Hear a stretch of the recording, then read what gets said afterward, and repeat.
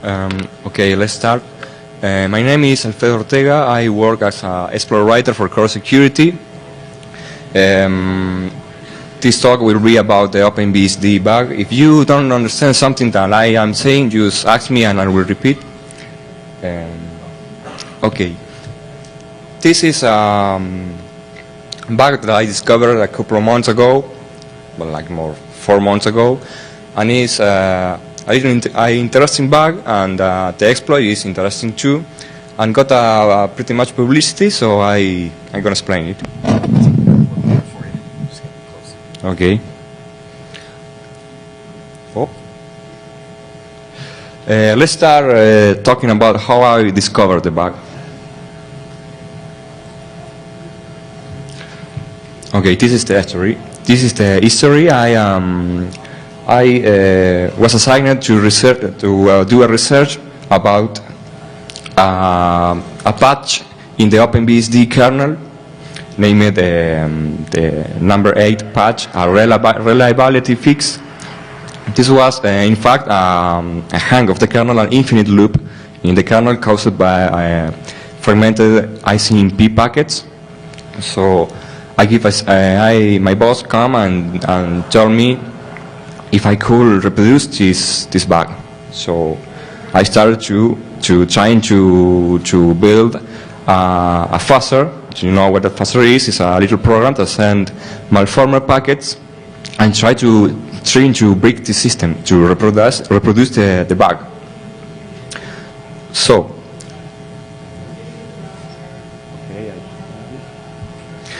I really didn't have very much information about the bug, so the only thing that I could do is to start trying and studying the patch, trying to make a couple of fragmented packets and sending to a OpenBSD system, trying to make it to break, to lock in an infinite loop. So the fuzzer is a very simple program. I made it in Python. It only makes 2 packets from the IPv6 protocol. The IPv6 protocol is, as you know, a very new protocol. It's not very much used, and it's got a lot of bugs. I will be presenting this bug, and in the end, maybe I will do some live demonstration about another vulnerabilities. I spent about 2 days trying to building malformer packets, thinking how I could break the system, and in the end, in a lucky packet, managed to break the system. I sent it to an OpenBSD virtual machine, and the OpenBSD kernel just hung up. But it was not an infinite loop like the patch was seeing. It was a complete hang up. The system just hung up and threw a stack trace of the bug. I was thinking, this is not the same bug that I was trying to find. Maybe it's a new bug. So the thing that I did was to download the latest version of OpenBSD kernel. It was at the time the 4.1 OpenBSD kernel, and trying to attack against that kernel. The attacks worked anyway. So in my hands, I did have what is called a 0-day or a new unpatched vulnerability. In the time, I was thinking it was a Daniel service, and maybe it could result in code execution, but I was not really sure about it. So I reported to my boss. My boss reported to OpenBSD team, and got fixed in about 2 days. They were very fast and fixed the bug, but they reported it as a Daniel service of a reliability fix, and I was thinking that this was not a reliability fix. It really was an exploitable bug because of the stack trace. So I started researching how to exploit this bug. Let's see why the bug was hanging the kernel. Okay, these are, let's see, a lot of Unix systems, the network packets are stored in structures named MBUFs. The mbuffs are little packets of memory of a fixed length. They are about 256 bytes long. They are ordered in a linked list in memory, and they store network packets inside them. And if the network packet is too big to fit inside a mbuff, the mbuff got a external memory buffer. But the failure of the kernel was that the kernel was overwriting a lot of mbuff buffers in the way that is showing there. Instead of writing into the first mbuff 1, the OpenBSD kernel was overwriting a lot of these buffers, and not only the buffer, but the header information inside the buffers and the couple of pointers that link the buffers, the linked list.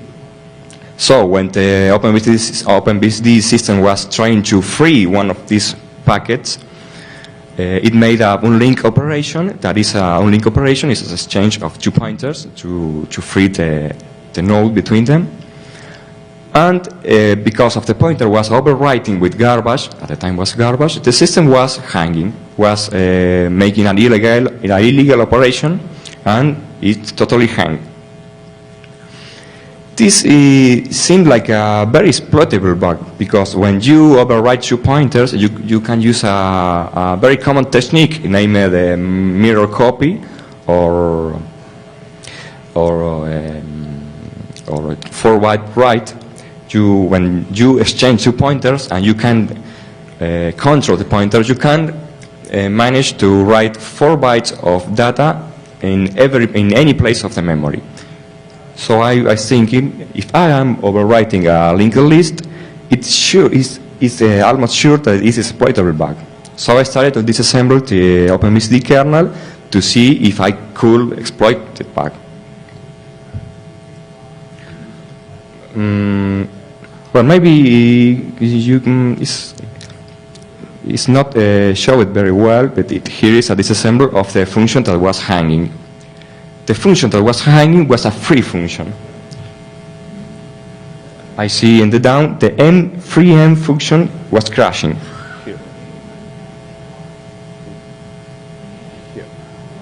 The freem function was crashed. That is the function that free an mbuff.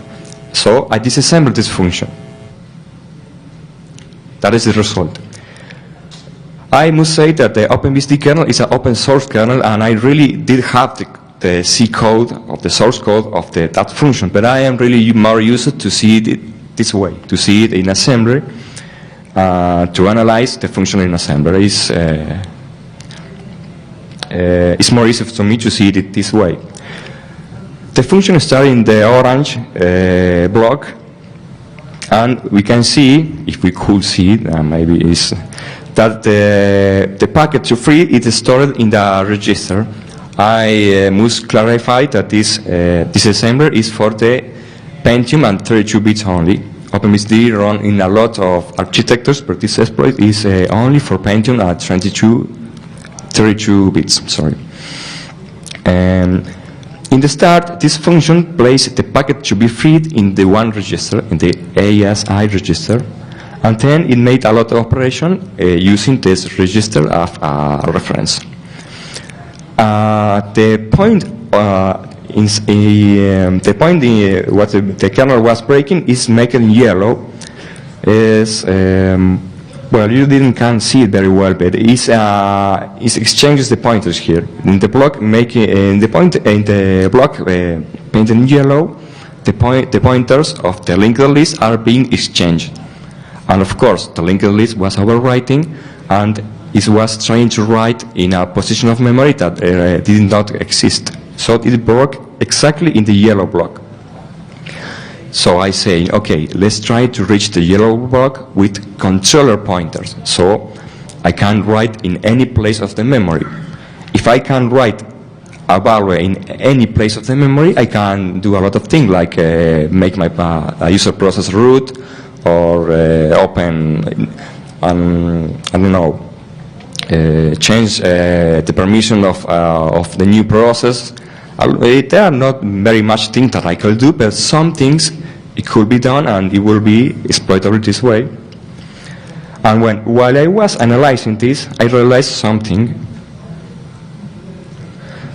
I realized that in the next block, in the block next to them, to the yellow block, was a call and the referencing a pointer. It was getting a pointer from the block here in the arrow in this part. Now let's see. In this part, it's moving a value from the packet inside the EAX register, and then in the next block is jumping to this EAX register. In fact, it's calling them, but it's the same as jumping. So I could send a value here inside the packet and make that OpenBSD jump exactly what I want. So I can control the flow of execution in a much easier way than trying to do the other trick of the yellow block, that writing in some part of the memory. It's much easier to jump to any place that I want, because I could send my code and place my code or my shell code in some place of the memory and make the kernel jump it, and I will get total control of the kernel. Of course, I will gain execution inside the kernel, and it's not an ideal situation. The ideal situation was to gain control in a user process, because a kernel exploit is much difficult to do than a user exploit. Because in a user exploit, you got the kernel to do whatever you want. You can use the kernel to open a file or to open a connection. It's much easier. The kernel is made for that. When you do a user exploit, when only like 100 instructions, you can make the machine do what you want. It's a very small exploit. But in kernel mode, you really don't have a kernel. You don't have an operating system to make use of. So it's almost like you are your own operating system. Anyway, I was gaining execution inside the kernel, and I was executing my code. So I tell the OpenBSD people that in fact this bug was exploitable.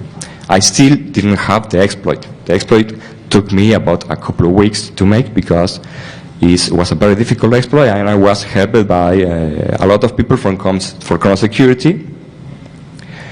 But anyway, now I am in the situation that I can jump to any place that I want in the memory, but where I want to jump. Of course, I cannot jump to the same kernel, because the same kernel is not my code. I want to jump to my code, so I can overtalk the system. First, I must place the code in memory in some way. Well, in this transparency, I marked the source code in C, the equivalent of that function. Here's the assembly, and here's the part of the source code that makes the call. It's a little difficult to understand. It's marked in red. It's marked the part of the source code that jumps to the referential pointer. As you can see, it's much easier to understand in assembly than it is in C. It's a lot of micro expansions. I never will realize the bug looking only to the source code.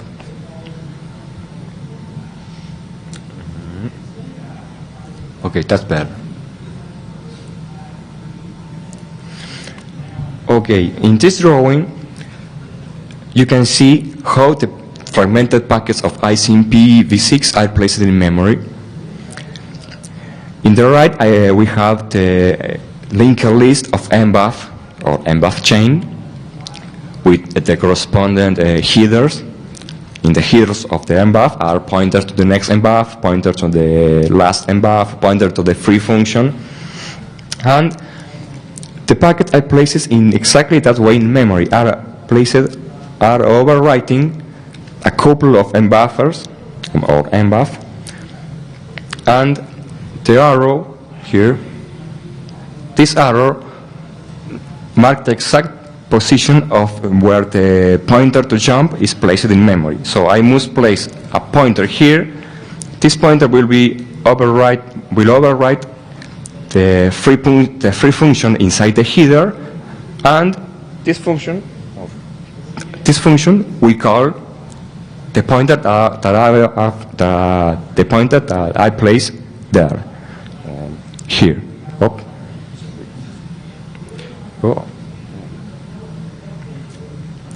Here is a trampoline. You can't really see it, but it's a trampoline. Trampoline is a name for a position of memory that I want to jump. I want to jump to a trampoline. So I put this pointer in the header of the MBUF in exact position. You can be not even 1 byte disaligned. It must be exactly aligned to the pointer. But it's something very easy to do.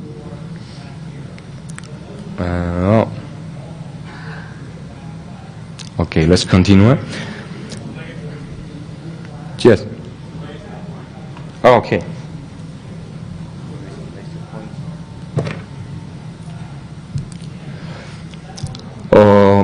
Well, we can now jump to any place of the memory that we want. But where is the shellcode located?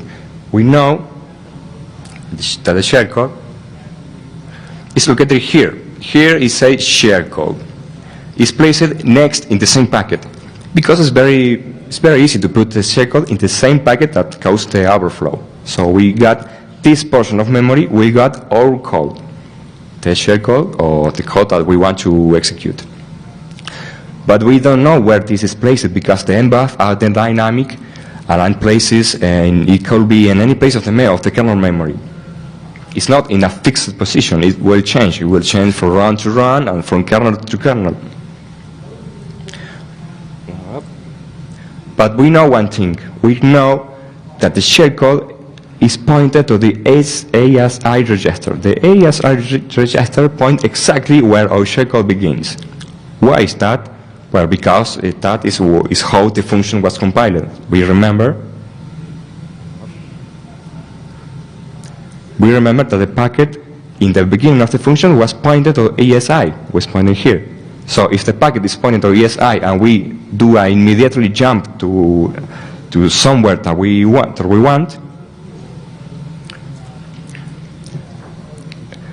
we must jump to some place in memory that jump back to the position of the ASI register.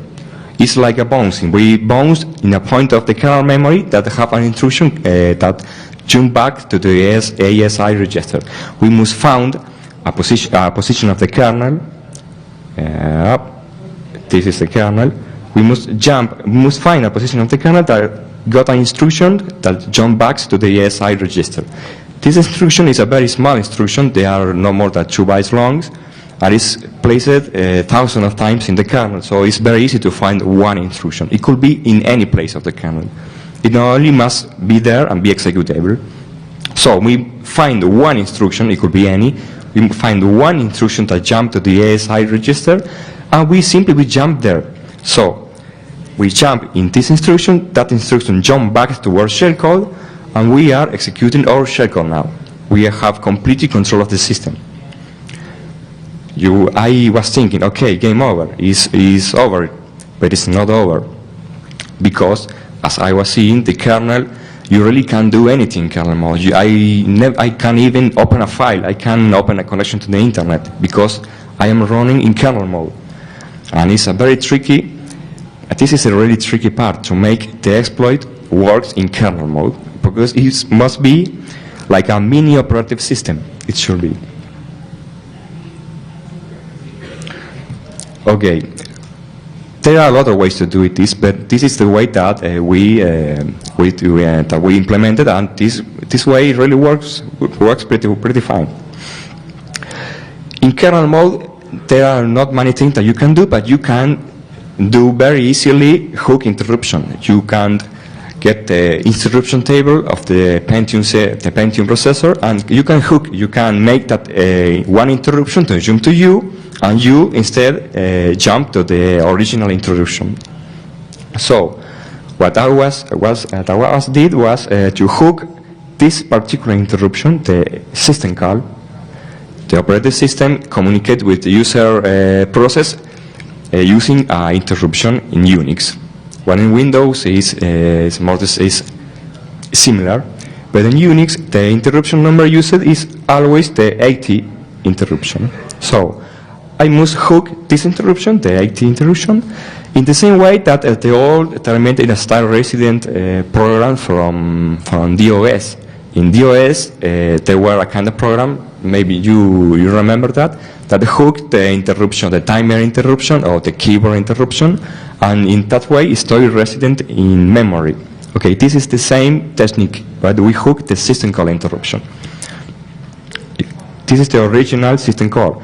We got a user process here. The user process make a system call, I don't know, open a file, or kernel open internet connection, and the kernel open the internet connection and returns to the user in the next instruction. And here is how the hook is made. The system process, the user process, sorry, jump to the hook that I have installed in the memory, and the hook make something that I want, and then return to the original system call, and the system call is made and returned to the user. So the user really don't know if he don't realize that it's calling my code. He thinks that it's calling the kernel, but it's not calling the kernel. It's calling my shellcode in memory.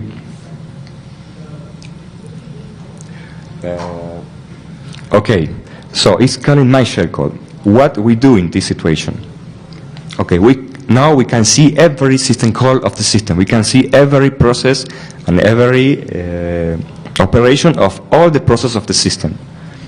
This is a very useful thing. So I implemented, this is the pseudocode of the operation of the hook, the interruption hook. First, we don't want to affect any user process, because we will, in this way, we will hang the machine. And not every user process are useful to us. Only the privileged user process are useful. The user process with a privilege of root. Because if we take over a process with no privileges, it will be very useful. We want to take over a user process with root privileges. So first, we want to see if the process calling us is root. Of course, this is a very hard thing to do, because we cannot simply get the process ID or the user's ID of the process, because again, we are in kernel mode. We must do a lot of tricks to do this. First, in user mode, you just call system call get PID or get process ID. So just simply of that. That system call returns a number, and that number says is you are root or not. But now we must do a little magic here. We first search for this variable in the kernel memory, because the kernel can be any kernel. It could be a OpenBSD 3 kernel or 4, or can be a custom compiler kernel. And this variable, the current process variable, in fact it's an array, it's not a variable, could be any place of the memory. So we must search it. We must search through all the memory, searching for patterns, for specific patterns of memory that tell us where this variable is placed. These patterns are present in every OpenBSD version from 10 years ago, and are very easy to find. Once that we got this current process variable, we can see inside this variable, in fact it's a structure, it's not a variable, what is the user ID of the process. So, now we got the user ID of the process, and if the user ID is 0, the process is root, and we can't take over this process. So, if the process is root, we must attack this process. We know that the process has full privilege of the system, and it's much easier to execute code in user land or user mode than in kernel mode. So we got a process that is root, is calling us. We must take over this process. First, we must execute code in this process. We could just overwrite the return pointer. The return pointer of the process should be in because we are kernel, we can overwrite any place in the memory. We could just overwrite the return address But this is not a very good thing to do, because maybe this process, the process that are calling us, the binary that are calling us, is the libc. The libc is a library that is very important in the system. We can't just overwrite the libc, because the G system will crash because every process are using the libc. We cannot overwrite the binary. We must place our shellcode in another place. A good place to put our shellcode is the stack, because the stack is one for every process, and it's very easy to reserve memory on the stack, put our shellcode there, and execute our shellcode on the stack. But there is a problem with that approach, that is this protection. This protection is a very good protection that OpenBSD got, that says that no place in the memory that is writable is executable. The memory can be or writable or executable, but not both. So that is exactly what we want to do. We want to write in the stack and execute in that place. So the OpenBSD kernel will not let us to do this. We must disable this protection. This protection can be disabled because we are kernel, and we can modify every register of the Pentium processor, because we got complete control. So how we disable this protection? We extend the selectors. The selectors, OpenBSD implemented this protection, changing the selectors and making some selector shorter, some selector larger, and the specific selector that is affecting that don't let us to execute our code in the stack is this selector, the code selector, of course. We must extend this selector. We extend this anyway. This is not very important, but this selector is very important. We must extend the code selector, or CS, to let us execute code in the stack. This extending a selector can be made in a user process. A user process can extend selector because it don't have permissions to do that. But we are in kernel, so we can extend this selector. Once that this protection is down, we simply copy the user mode in the stack and execute that. We modify the return address to the pointer to the stack, and when the system call is done, it will return to the stack. Instead of returning to the binary image of the process, it will return to the stack. And we'll execute there perfectly, because this protection is down. So now we are executing our shellcode in a user process, and it's much easier to do things in that place, like open a connection, or I don't know, adding a user, writing a file. I mean, kernel, because now we are a user and we can make use of the kernel.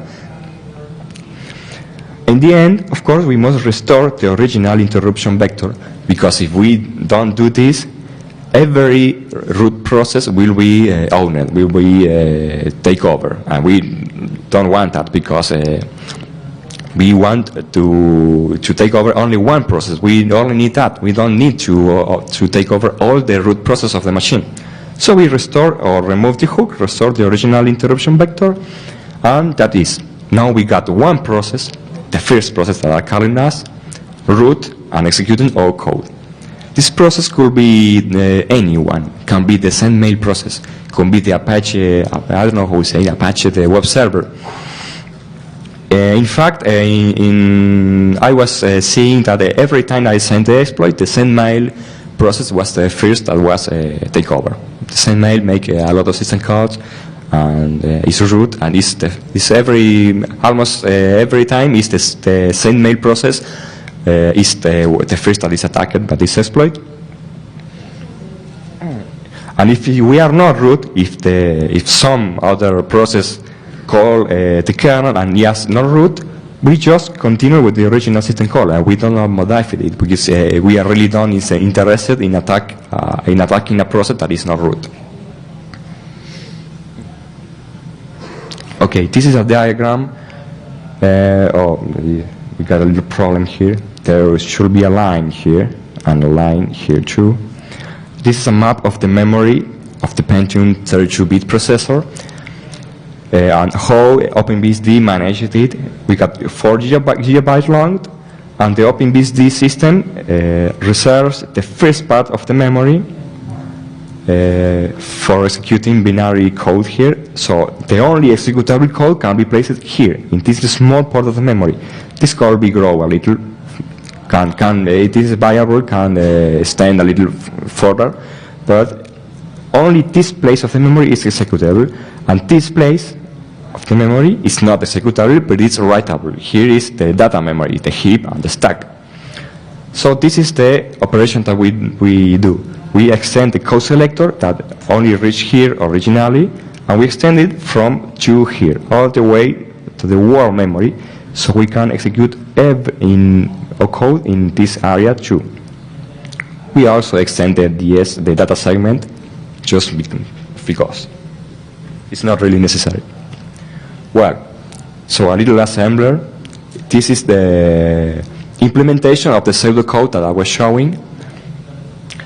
It's maybe a little, it uses some instructions that are not commonly used in user mode, like this one and this one, that store global description table and store local description table, because the selectors are stored in these tables that the Pentium processor uses to store the selector, let's say. So we first store the selector in some place in the memory, could be any place. We choose to store in the stack itself. This section of the code are a lot of operations used to assemble the selector, because the selectors are not contiguous in memory. Are a little, I don't know, like disassembled some place in 1 byte, and some byte later are other part of the selector. I don't know why this is. The Intel engineers made it that way. I don't know what because, but you must assemble the selector using a lot of Boolean operations, and these 2 final instructions extend the selectors, place it only a value in a specific place of the memory. Then we must load again the selector. Here is not the part that loads the selectors back into the Pentium processor. It's not shown, but it's next. Okay, but we are not really finished yet. I was saying this exploit is a little complex, because OpenBSD is a clever operating system, and in the next context switch will restore the selectors. So if we are happily executing in the stack, but if the process are context switched back, the process will crash, because the protection, this protection WXORX, WXORX will be enabled again, and the process will crash. The execution of the shellcode will be detected by the operating system. So we must try to get a portion of memory that are writable and executable forever. How we do that? We can we got 2 options to do that. In fact, we maybe got more than 2 options, but these are the 2 options that I think of. The first one is to use another system call, because I am executing in user mode. I can call any system call that I want, and I call this one that is named aimProtect. This system call is used to give any portion of memory any permission that I want. So I just unprotect all the stack. I say to the operating system that I know I want to execute code in the stack using this, and the operating system just will make the whole stack executable like it was Windows 95, and will be executable forever. We now do a couple of things to fix the original process, because we don't want the same mail process of the web server process to crash. We want to make a new process and to keep the original process attacker to function, to work okay, to work normally. So we first fork the process, make a clone of the process, and now we got two processes that are the same.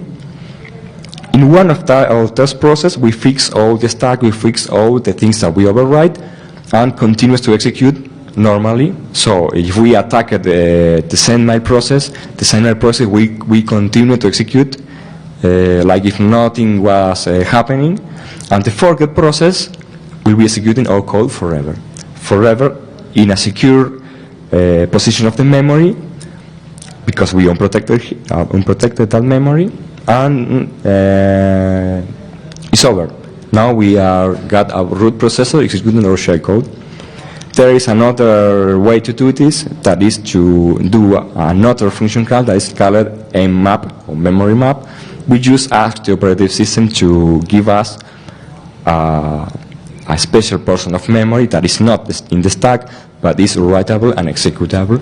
So we just copy our shellcode in that new portion of memory and execute from there. And in the next context switch, there is nothing that can stop our execution, because it's a reserved portion of memory. Okay, and this is the end of the exploit. We are now got a root process executing our code in user mode. This is a sample of what looks like this exploit.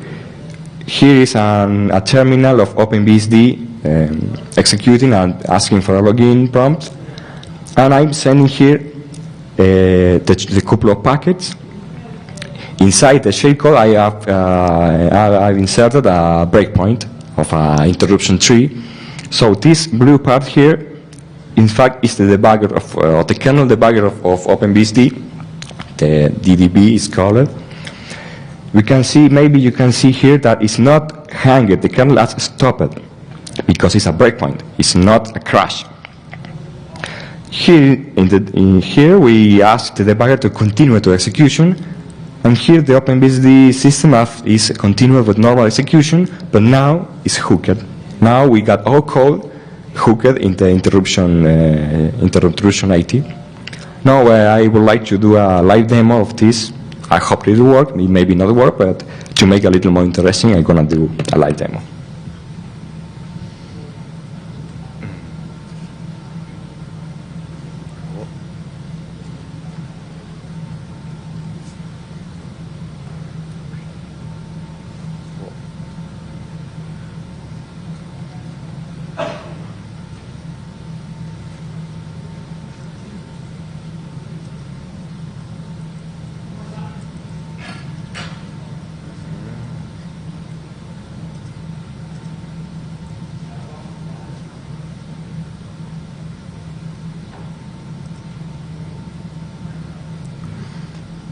Okay, now we are launched a virtual machine with the OpenBSD 4 operating system, and we're going to launch another virtual machine using a Linux operating system that will send the packets to this virtual machine. The virtual machines are connected together with a host-only network. It's like a virtual network between the two virtual machines.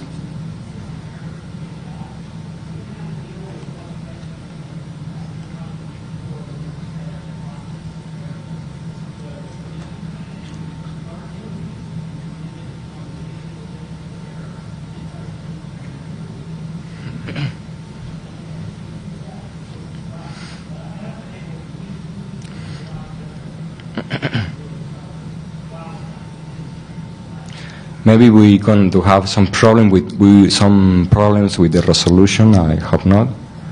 I think we're going to have some problem with the resolution.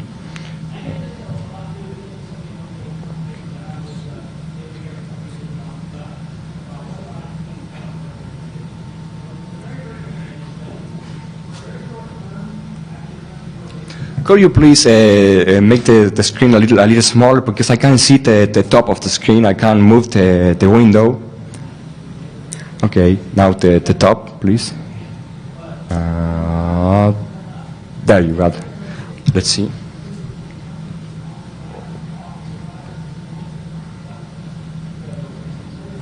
That is.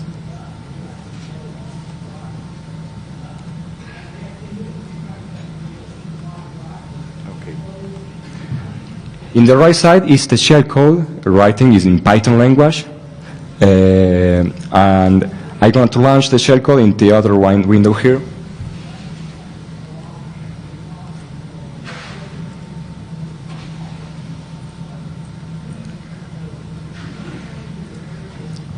Okay, here we can see that the OpenBSD kernel has stopped because the attack works, and it's stopped in a breakpoint because inside the shellcode I have placed a breakpoint, and we can ask the debugger just to continue with the execution, and the kernel, of course, will be hooked with our shellcode.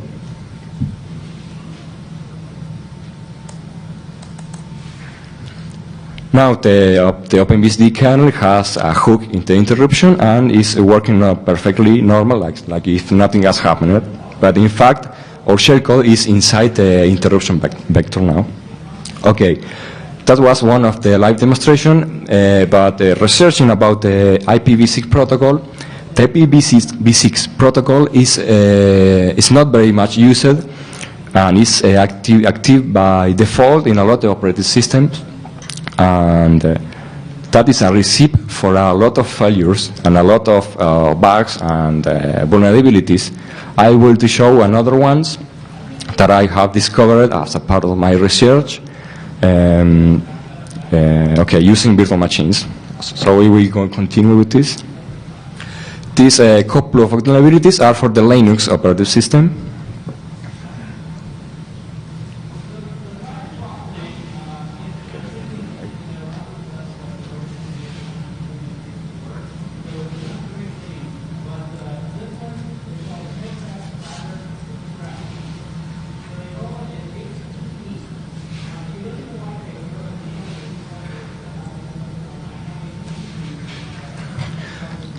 We're going to use the Ubuntu distribution. It's one of the most used distributions of Linux.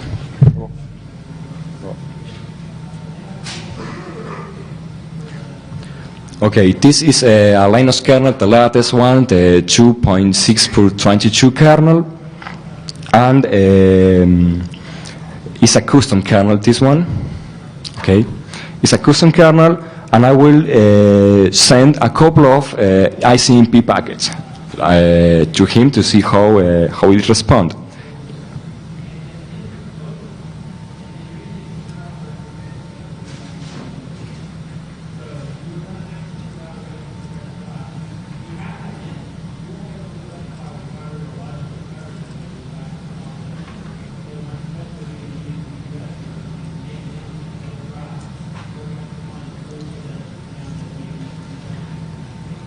Here we can see it. This is Linux asking for a login.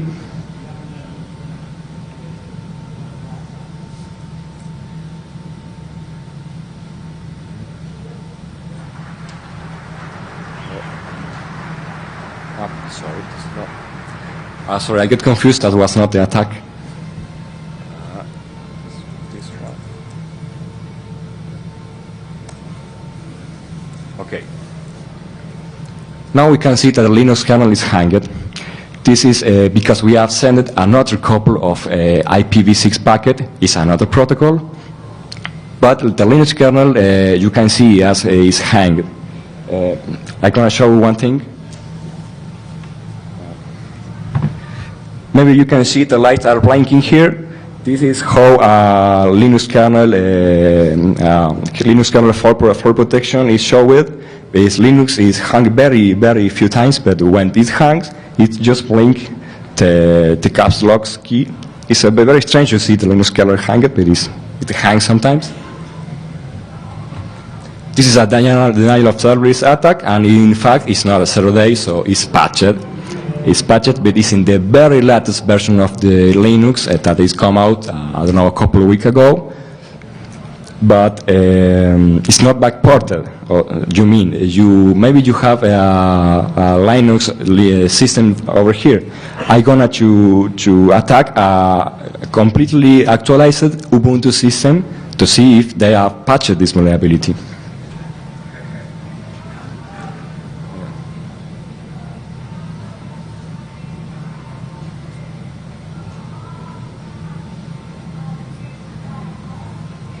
Okay, you can see this is a kernel 2.6.20/16. It's the latest one. I have actualized the kernel yesterday at 12 p.m. at 12 midnight, and it was the same kernel. So this is the latest kernel from the Ubuntu system.